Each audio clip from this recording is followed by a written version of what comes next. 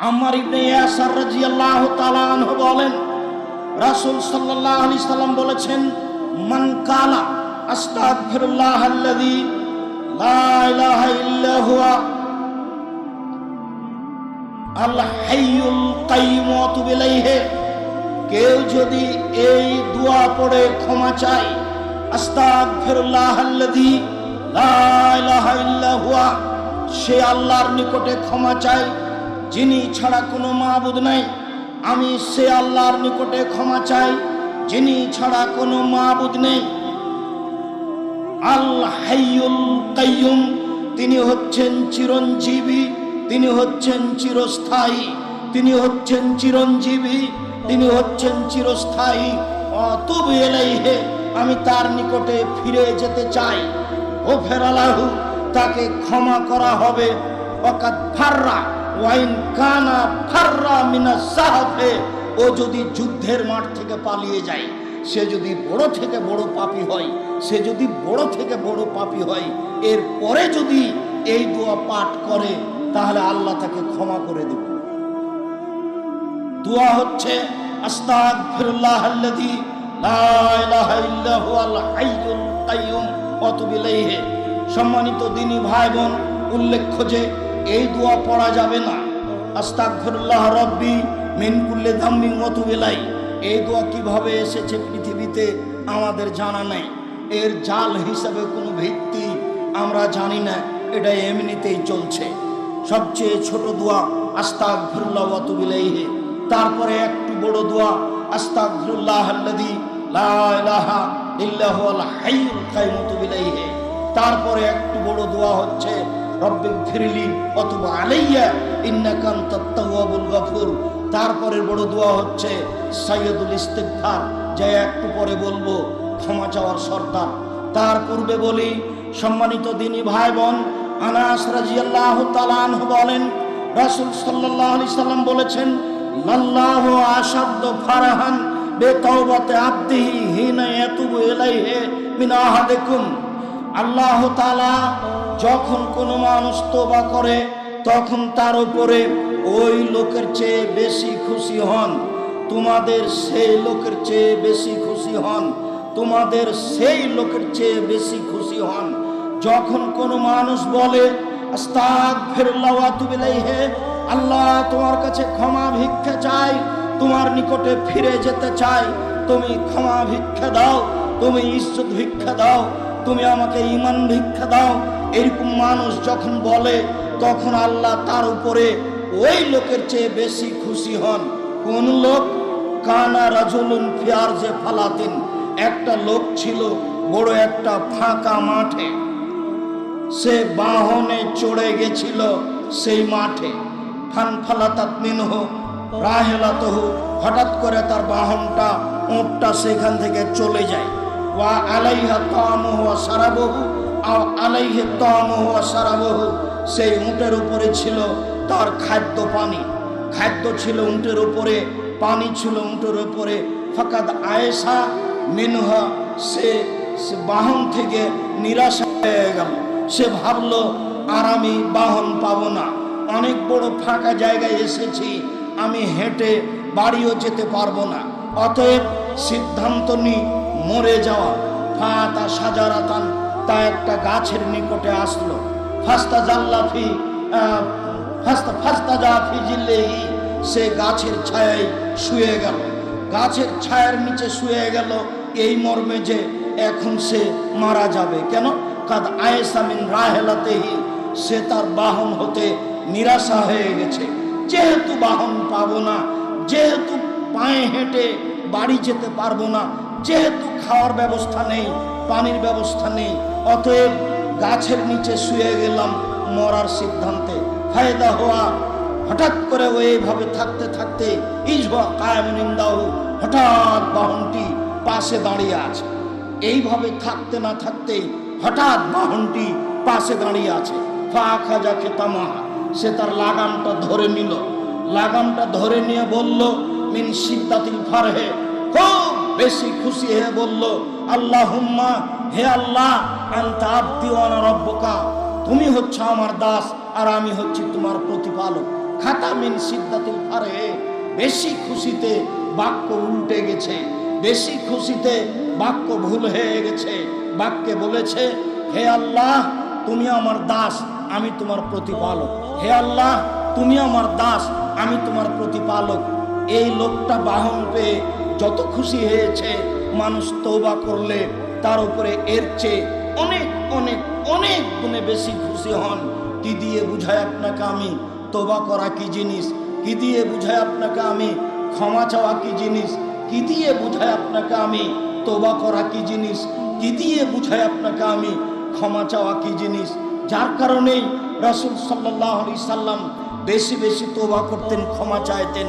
বিচারের মাঠে সবচেয়ে সফল মানুষ ওরা, সবচেয়ে ভালো মানুষ ওরা, সবচেয়ে সফল মানুষ ওরা, সবচেয়ে ভালো মানুষ ওরা, যাদের আমল নামায় থাকবে বেশি বেশি ক্ষমা, বেশি বেশি তওবা, বেশি বেশি ক্ষমা, বেশি বেশি তওবা থাকবে, তারাই হবে সবচেয়ে সফল মানুষ। এ কথা রাসূল সাল্লাল্লাহু আলাইহি সাল্লাম বলেন। আনাস রাদিয়াল্লাহু তাআলা আনহু বলেন, রাসূল সাল্লাল্লাহু আলাইহি সাল্লাম বলেছেন, কুল্লু বানি আদম খাত্তা ওয়া খায়রুল খাত্তাইনা তাওয়াবুন। আদম সন্তানই পাপী, আদম সন্তানই পাপী। উত্তম পাপী সেই যে পাপ করার পরে ক্ষমা চায়। উত্তম মানুষ সেই যে পাপ করার পরে ক্ষমা চায়। আদম সন্তানই পাপী, তবে উত্তম মানুষ সেই যে পাপ করার পরে ক্ষমা চায়। রাসূল সাল্লাল্লাহু আলাইহি সাল্লাম বলেন, আর তাইবা বিনা যামবে কামাল্লা যামবা লাহু। কেউ যখন তওবা করে তখন সে হয়ে যায় সেই লোকের মতো যার কোনো পাপ নেই। যখন কেউ তওবা করে তখন সে হয়ে যায় সেই লোকের মতো যার কোনো পাপ নেই। যখন কেউ তওবা করে তখন সে হয়ে যায় সেই লোকের মতো যার কোনো পাপ নেই। সম্মানিত দিনী ভাই বোন, আপনাকে শোনাচ্ছিলাম রাসূল সাল্লাল্লাহু আলাইহি সাল্লামের পক্ষ থেকে তওবা ইস্তেগফারের কথা, যাতে আল্লাহর দয়া রহমত পাওয়া যাবে। সাইয়্যিদুল ইস্তেগফার আপনাকে আমি শোনাই। সাইয়্যিদুল ইস্তেগফার ক্ষমা চাওয়ার সর্দার, যার মাধ্যমে সবচেয়ে বেশি ক্ষমা পাওয়া যাবে। সাদ্দাদ ইবনে আউস রাদিয়াল্লাহু তাআলা আনহু বলেন, রাসূল সাল্লাল্লাহু আলাইহি সাল্লাম বলেছেন, সাইয়্যিদুল সর্দার, এই বাক্যটি রাসূলের মুখের ভাষা যে সাইয়্যিদুল ইস্তেগফার ক্ষমা চাওয়ার সর্দার। একুলো লোকটা বলবে ক্ষমা চাইতে গিয়ে, আল্লাহুম্মা আনতা রাব্বি, হে আল্লাহ তুমি আমার প্রতিপালক, লা ইলাহা ইল্লা আনতা, তুমি ছাড়া আর কোনো প্রকৃত মাবুদ নেই। খালাক্তানি, তুমি আমাকে সৃষ্টি করেছ। ওয়ানা আব্দুকা, আমি হচ্ছি তোমার দাস। ওয়ানা আলা আহাদিকা, আমি তোমার ওয়াদা অঙ্গীকারের উপরে রয়েছি। ওয়াদিকা মাস্তাতাত, তোমার সাথে যে আমার চুক্তি রয়েছে, ওয়াদা রয়েছে, সেটা আমি সম্ভবপর বাস্তবায়ন করার চেষ্টা করব। আউযু বিকা মিন শাররি মা সানাত, জীবনে যত পাপ করেছি, অন্যায় করেছি, সব পাপ অন্যায় থেকে তোমার কাছে আশ্রয় চাচ্ছি। আউযু বিকা মিন শাররি মা সানাত আবু আলাকা বে নি'মাতিকা আলাইয়া, যত অনুগ্রহ করেছ সব স্বীকৃতি দিলাম। চক্ষু দিয়েছ, মেনে নিলাম তোমার দয়া। হাত দিয়েছ, মেনে নিলাম তোমার দয়া। পা দিয়েছ, মেনে নিলাম তোমার দয়া। বাড়ি গাড়ি জমি জায়গা দিয়েছ, মেনে নিলাম তোমার দয়া। জামিয়া সালাফিয়া ডাঙ্গি পাড়ায় দিনই আলোচনা শোনার জন্য আসার ব্যবস্থা করে দিয়েছ, মেনে নিলাম তোমার দয়া। প্রোগ্রাম বুধবারের দিন বাতিল করা হয়েছিল, তারপরে আবার অনুমতি পাওয়া গেছে, বুঝা গেল তোমার দয়া। তোমার সব নিয়ামতকে স্বীকৃতি দিলাম। আরো স্বীকৃতি দিচ্ছ, আবু বেজাম্বি, পাপ করেছি এটাও স্বীকৃতি দিলাম। পাপ করেছি এটাও স্বীকৃতি দিলাম। নিশ্চয় আমি পাপী, ফাগফিরলি, এখন তুমি ক্ষমা করো। অনেক কিছু বললাম, এখন তুমি ক্ষমা করো। তোমাকে আর একটা কথা বলি, ইন্নাহু লা ইয়াগফিরু যুনুবা ইল্লা আনতা, তুমি ছাড়া কেউ ক্ষমা করতে পারে না। তুমি ছাড়া ক্ষমা কেউ করতে পারে না। তুমি ছাড়া ক্ষমা কেউ করতে পারে না। সম্মানিত দিনী ভাই বোন, ক্ষমা চাওয়ার জন্য কোরআন মাজিদ হতে রব্বিগফির ওয়ারহাম ওয়া আনতা খায়রুর রাহিমিন, কোরআন মাজিদ হতে ক্ষমা চাওয়ার জন্য রব্বি ইন্নী যালামতু নাফসি ফাগফিরলি, কোরআন মাজিদ হতে ক্ষমা চাওয়ার জন্য, রব্বানা যালামনা আনফুসানা ওয়া ইল্লাম তাগফির লানা ওয়া তারহামনা লানাকুনান্না মিনাল খাসিরিন। ক্ষমা চাওয়ার জন্য হাদিস হতে আস্তাগফিরুল্লাহ ওয়া আতুবু ইলাইহি। ক্ষমা চাওয়ার জন্য হাদিস হতে আস্তাগফিরুল্লাহাল্লাযী লা ইলাহা ইল্লা হুয়াল হাইয়ুল কাইয়ুম ওয়া আতুবু ইলাইহি। ক্ষমা চাওয়ার জন্য হাদিস হতে রব্বিক ফিরলি ওয়া তুব আলাইয়া ইন্নাকা আনতাত তাওয়াবুল গফুর। ক্ষমা চাওয়ার জন্য হাদিস হতে সাইয়্যিদুল ইস্তিগফার। রাসূল সাল্লাল্লাহু আলাইহি সাল্লাম বলেন, কেউ যদি সকালে বলে সন্ধ্যা পর্যন্ত সময় মারা গেলে জান্নাতে যাবে, কেউ যদি সন্ধ্যায় বলে সকাল পর্যন্ত সময়ে মারা গেলে জান্নাতে যাবে। সম্মানিত দিনী ভাই বোন, আমি আপনাদেরকে অনুরোধ জানিয়েছি, সাইয়্যিদুল ইস্তিগফার মুরব্বিকে মুখস্থ করতে হবে 7 দিনে, যুবককে মুখস্থ করতে হবে 24 ঘন্টায়, মুখস্থ করতেই হবে যে কোনো মূল্যে। সম্মানিত দিনী ভাই বোন, অনেক বড় বড় আলেম ওলামা অপেক্ষা করছেন, আপনার সাথে আমার অনেক জরুরি কথা। যখন আপনি জুমার খুতবার পরে দৌড়িয়ে চলে যাচ্ছিলেন, তখন আপনাকে আমি বুঝাতে পারিনি আমার কষ্টের কথা। আপনার সাথে আমি অদাবদ্ধ হতে চাই, আপনার সাথে আমি অদাবদ্ধ হতে চাই। মানুষ হিসেবে আপনাকে পেশাব করতে যেতে হবে, পায়খানা করতে যেতে হবে, এ কথাই ঠিক। মানুষ হিসেবে আপনাকে খেতে যেতে হবে, এ কথাই ঠিক। মানুষ হিসেবে আপনাকে গোসল করতে যেতে হবে, এ কথাই ঠিক। মানুষ হিসেবে আপনাকে উঠে কিছু নিতে হবে, এটাই ঠিক। মানুষ হিসেবে আপনার কোনো জরুরি প্রয়োজন আছে, এ কথাই ঠিক। কিন্তু সালাম ফিরার সাথে সাথে আমি থামতে বললাম, তারপরে আপনি লাফ দিয়ে উঠে চলে গেলেন, এটা কি? এটা কেন? আব্দুর রাজ্জাক সাহেব, যারা বাহির থেকে এসেছে তারা আসলে আমরা নই, এটাও হতে পারে। তবে যদি আপনার এমনটা হয়ে থাকে খাওয়ার জন্য, তাহলে আমি দুঃখিত। সম্মানিত দিনী ভাই বোন, আমি কিছু ঘাটতিতে, আমি কিছু আপনার সামনে দিন পেশ করতে ঘাটতি করেছি, তা আমার মনে বলে না। 3.5 লাখ টাকা আছে আলেম ওলামাদের পিছনে শুধু খরচ, প্রায় 15 লক্ষ টাকা খরচ আছে এই জামিয়া সালাফের সালাফি কনফারেন্স। আমি তো বলেছি আমি ভিক্ষুক, আমি ভিক্ষে করে আপনার ছেলে মেয়েকে পড়াই। যেসব খাদ্য পানি খাচ্ছেন, এটা হয় সাদকা, না হয় ফেতরা, না হয় দান। সাদকা হয়, ফেতরা যদি হয় জানেন, জাকাত যদি হয় জানেন, আর যদি সেটা দান হয়, সাদাকা হয়, তাহলে সেটা হলো মানুষের ময়লা। আল্লাহ রাসূল বলছেন, ইন্না সাদকাতা ইন্নামা হিয়া আওসাকুন নাস, নিশ্চয় এটা মানুষের ময়লা। মনে রেখো, মানুষের ময়লা আমার জন্য হারাম, আমার বংশের জন্য হারাম, আমার বাড়িতে যে কাজ করে তার জন্য হারাম। হাসান, মুখে দিয়েছো কেন? মুখের ভিতরে আঙ্গুল ঢুকিয়ে খেজুর বের করে ফেলে দিয়ে বলছে, আমার সবার্তা তুমি বুঝো না, এটা মানুষের ময়লা, এটা আমার জন্য হারাম, আমার বংশের জন্য হারাম, আমার বাড়িতে যে কাজ করে খায় তার জন্য।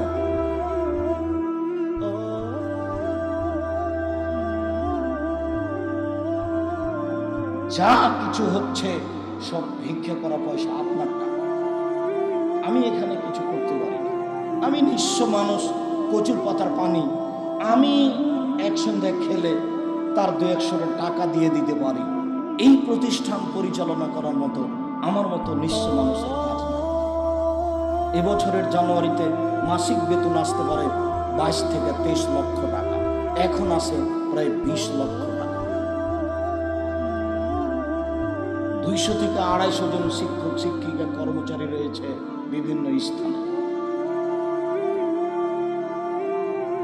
বারবার আমি বলছি যে এই দিকে যেতে একাডেমিক ভবনে যেখানে ঢুকছেন, ওইখানের জমিটা পরে কিনতে হয়েছে, ওয়াদা আগে হওয়ার পরে।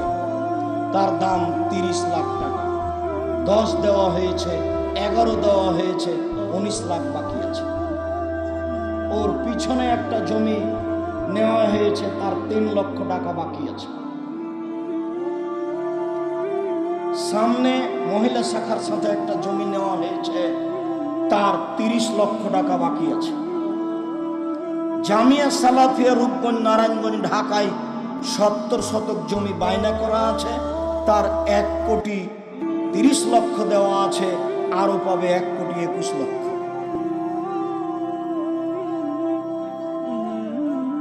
প্রতি মাসে বেতন তো লাগেই। নিম্নে মিস্ত্রি, লেবার বিল, কেউ আছে রাজমিস্ত্রি, কেউ আছে শাটারিং মিস্ত্রি, কেউ আছে স্যানিটারি মিস্ত্রি, কেউ আছে টাইলস মিস্ত্রি, কেউ আছে টিন মিস্ত্রি। মিস্ত্রি যে কত প্রকার! প্রতিদিন 2 জামিয়ায় নিম্নে 20,000 থেকে 50,000 টাকা বিল আছে। কিভাবে চলে আমি নিজেও বুঝি না। আমি আপনাকে দানের কথা বললাম, আপনি লাভ দিয়ে আপনার ব্যাগের উপর দিয়ে পার হয়ে চলে গেলেন। আমি বুঝতে পারলাম না আপনি এটাকে কি বলতে চাচ্ছেন। আপনাকে আমি কোটি টাকা দান করতে বলিনি। আমি বলেছি পতিতালয়ের মহিলা যদি কুকুরকে পানি পান করে জান্নাত পেতে পারে, আমি জামিয়া সালাফে 10 টাকা দান করলে জান্নাত পাবো ইনশাআল্লাহ। এই আশায় আপনার যতটুকু শক্তি সামর্থ্য ততটুকু আমি দান করার জন্য অনুরোধ জানাই। মাসিক আলিতে সম্পত্রিকায় ভর্তুকি লাগে প্রতি মাসে প্রায় 1.5 লক্ষ টাকা।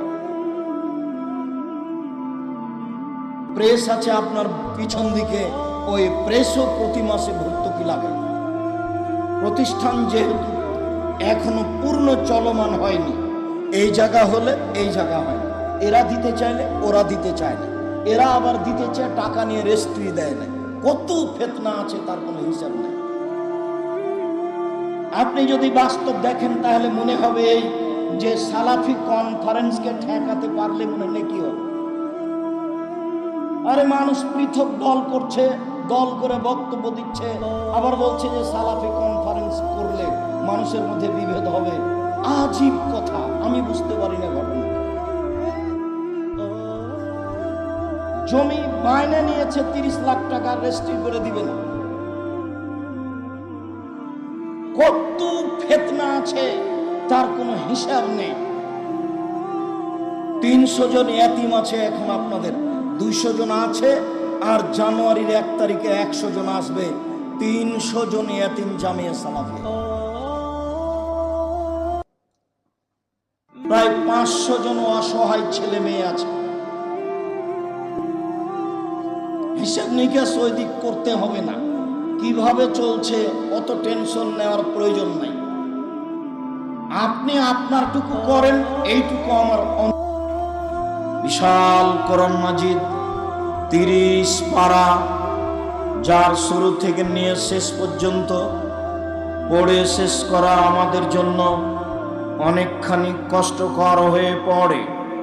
সারা বছরেও কেউ শেষ করতে পারি না, যদিও সর্বনিম্নে 3 দিনের মধ্যে পড়া যায় বলে রাসূল সাল্লাল্লাহু আলাইহি সাল্লাম বলেন।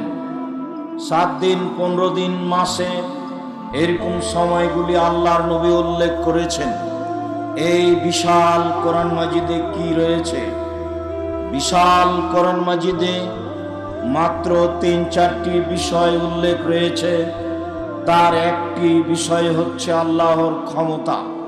আল্লাহ তাআলা কোরআন মাজিদে বেশিরভাগ স্থানে তার ক্ষমতা দেখিয়েছেন। তিনি হচ্ছেন সর্বশক্তিমান, সব ক্ষমতার অধিকারী। এই ক্ষমতা দেখাতে গিয়ে তিনি প্রথমে দেখিয়েছেন আসমান জমিন আমি নমুনাবিহীন সৃষ্টি করেছি। আল্লাহ তাআলা আসমান জমিন কারো দেখে সৃষ্টি করেননি। আসমান জমিনের মালিক তিনি, এককভাবে তা পরিচালনা করেন। পৃথিবীর সৃষ্টি থেকে নিয়ে কিয়ামত পর্যন্ত সময় চ্যালেঞ্জ করা আছে। কেউ তাতে ভুল ধরতে পারবে না, কেউ তা ভেঙেও দিতে পারবে না, কেউ তার ক্ষতিও করতে পারবে না। পারবে না মানুষ, পারবে না জিন, পারবে না ফেরেশতা, পারবে না কোনো কিছু। দ্বিতীয় শক্তি দেখিয়েছেন চন্দ্র সূর্য কিভাবে আসে, কিভাবে যায়, কেউ তাকে ঠেকাতে পারে না। কিভাবে কমে, কিভাবে বাড়ে, পৃথিবীর শুরু থেকে নিয়ে শেষ পর্যন্ত একই রকম চলছে, চলবে। ঠেকানোর মতো কোনো কিছু আল্লাহ তাআলা সৃষ্টি করেননি। এ হচ্ছে তার 2 নম্বর ক্ষমতা। 3 নম্বর ক্ষমতা হচ্ছে রাত দিন। কিভাবে আসে, কিভাবে যায়, কিভাবে কমে, কিভাবে বেশি হয়, এ তার একক ক্ষমতার ব্যাপার। মানুষ, জিন, ফেরেশতা কোনো কিছুই রাত দিনকে ঠেকাতে পারে না, রাত দিনকে কমবেশ করতে পারে না। তার ক্ষমতার এক দিক হচ্ছে তিনি আকাশ থেকে বৃষ্টি বর্ষণ করে ঘাস উৎপাদন করেন, মানুষের শস্য আদি, ফসল আদি, ফল ফুল উৎপাদন করেন। এমন কাজ পৃথিবীর কেউ করতে পারে না। তিনি ক্ষমতা দেখাতে গিয়ে 1 নম্বরে এইটা দেখিয়েছেন। তিনি 2 নম্বরে দেখিয়েছেন যারা এই ক্ষমতাশীল পৃথিবীতে, তাদেরকে আল্লাহ ধ্বংস করে দিয়েছেন। আদ সামদ শক্তিশালী সম্প্রদায়, তাদেরকে আল্লাহ ধ্বংস করেছেন। তারা পাল্টা বিচার করতে পারেনি। তাদের শক্তি দেখাতে গিয়ে আল্লাহ তাআলা বলেন, লাম ইখলাক মিসলুহা ফিল বিলাদ। আল্লাহ তাআলা আদ সামুদের মতো শক্তিশালী জাতি পৃথিবীতে আর কোথাও সৃষ্টি করেননি।